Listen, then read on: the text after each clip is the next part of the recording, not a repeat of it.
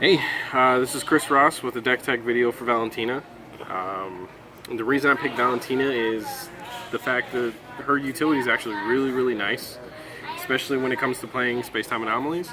She'll actually get a little bit more out of them than what you normally would. So she turns one into a -7/-7 instead of -5/-5. On her flip side, I really honestly don't judgment her as much as I would like to, because most of the time there's no point. But I mean, overall, she's a great ruler. So let's start off with the Resonator build for everything.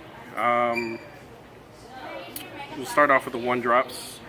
For the 1-drops, I actually start off with 2 Water Wizards. With them, it's honestly really good because you can take a look at the top card of your deck and decide whether or not you want to draw into it or not. Usually, I spend the will to play space-time anomalies majority of the time, if not trying to do magic rebounds and stuff on the defensive.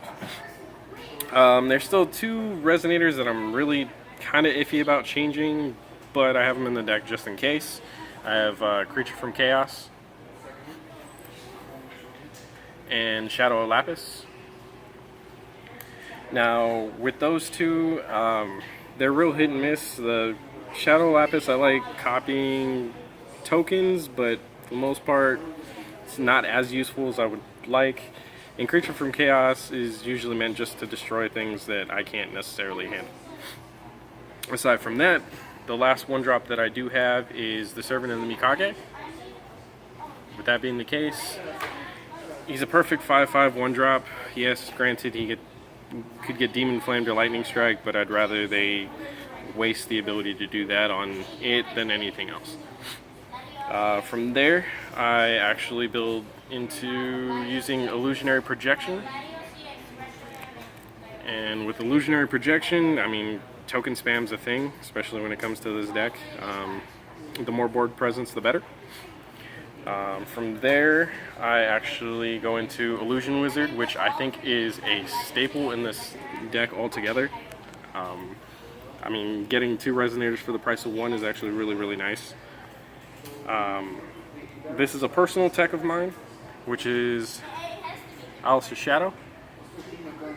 With Alice's Shadow, when she enters the field, she can actually destroy something with a 2 cost or less.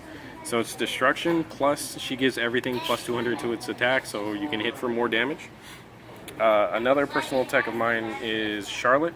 I'm actually thinking about moving this up a little bit, because she's really good, and the majority of the time I'm sitting at 5 or 6 in hand, so she has barrier to everything.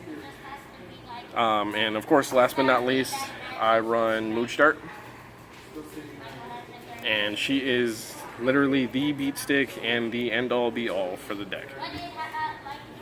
Aside from that, we're going to move on to all the chants and additions / regalia.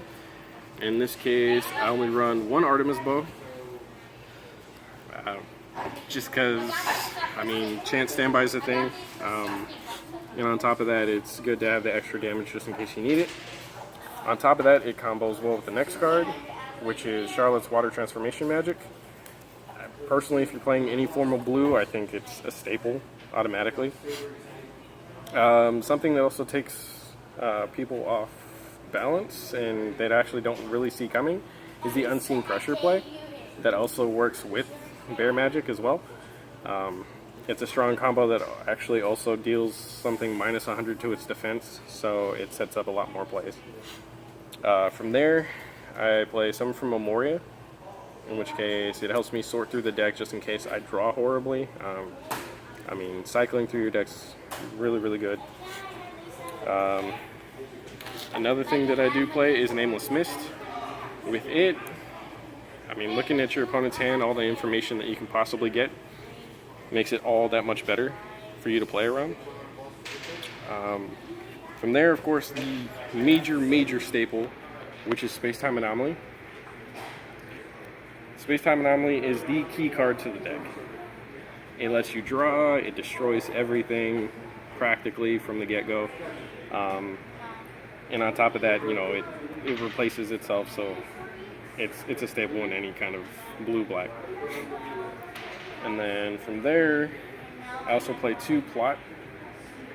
The reason I play the plot is majority of the time I have a decent field and it destroys and also adds a token onto the field that I can use for fodder otherwise. And last, just to be slightly defensive, I play Magic Rebound. And for Magic Rebound, it's kind of self-explanatory. You just redirect and draw a card off of it. And of course, extra card draw is always amazing. Last but not least, we're probably going to go into the stone lineup. For stones,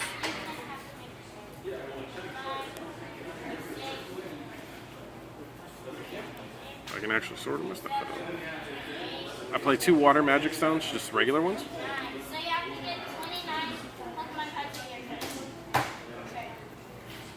I play 1 mono dark magic stone.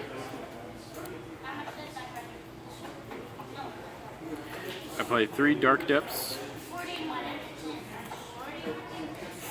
And I play 4 remains of Vateractia.